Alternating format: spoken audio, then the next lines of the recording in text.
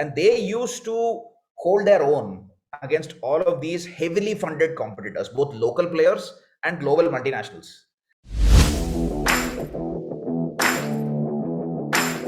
Highest has got nothing to do with money.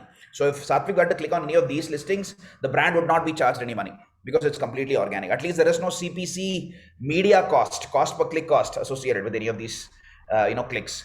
Now, all of the efforts that you as an entrepreneur, as a marketer, undertake to make sure that your website, your landing page content bubbles up on top higher and higher in Google's organic search ranking algorithm is referred to as SEO, search engine optimization. Now, obviously, you don't need to spend media money for your SEO efforts. And I hope that gives you a good perspective of SEM and SEO. Now, a question again that I'm often asked by a lot of entrepreneurs is how much should I start spending in marketing? How much should my budget be? Right. And one of the things that I always mention to them is focus on SEO to begin with, especially if you're a bootstrap startup. You don't have VC dollars to spend. Focus on SEO that much more and focus on the power of content. And I just want to give you a couple of examples from the Indian startup ecosystem, which have built fantastic scalable businesses just by focusing on SEO, literally doing nothing else. Yeah. The first example is of this company called Thrilophilia. Not so much popular now because of the pandemic itself. And I used to be in travel tech myself. I see that some of you have heard of Thrilophilia. I used to be in travel tech myself, and I've seen this firsthand, and I'm sure all of you realize this.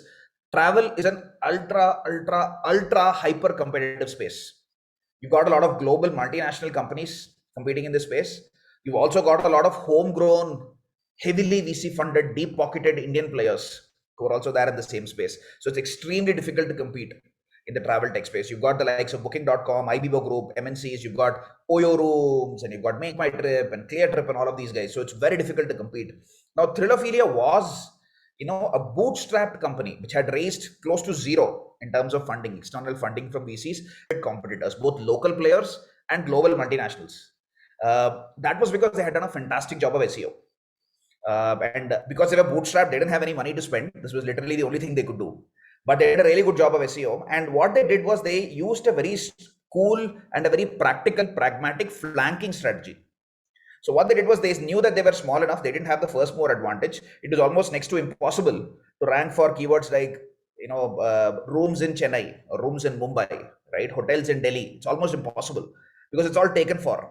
It's almost impossible to rank even an SEO on page one. So what they did was they focused on long tail keywords, which had limited keyword search volume demand, and they focused on travels and experiences, for which was a sunrise industry back in 2013-14 in India.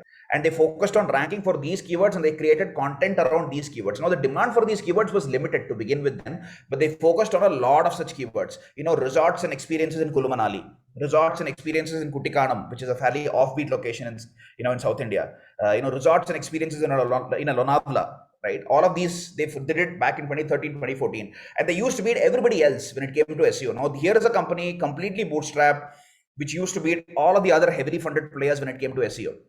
SEO is one of the most democratic platforms that I know of because it's completely and purely based on merit.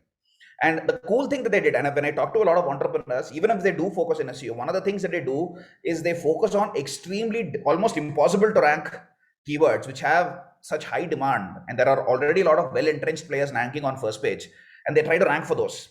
And even after trying for a year, they don't get to get into page one, and then they get demotivated. So one of the things that even the best of the best SEO gurus tell you, even the great Neil Patel, right, who's supposed to be the world's #1 SEO expert, says is that it takes a minimum of 6 months for SEO efforts to bear fruit. And one of the things that you should do is you should invest, even if you're an early stage startup, in an SEO analytics tool. I'll give you some names. There is a tool called SEMrush, Ahrefs, Ubersuggest. Some of these tools, it's a worthwhile investment. It's not a major investment, 50, 60, 70, 80, maximum $100 a month. You can certainly afford it. You should certainly invest there, and don't just go by keyword search volumes. Also look for ranking difficulty. The ranking difficulty is high, don't bother. You'll end up spending a couple of years trying to rank in page one for that keyword, and you will never do it, and you'll get demotivated.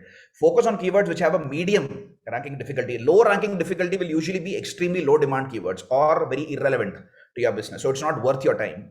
So choose keywords which have lesser keyword search volumes, but the ranking difficulty is medium, which is what Thrilophilia did. And focus on those keywords, and focus on identify your niche, and focus on creating content around those keywords which have that medium ranking difficulty and medium keyword search volumes.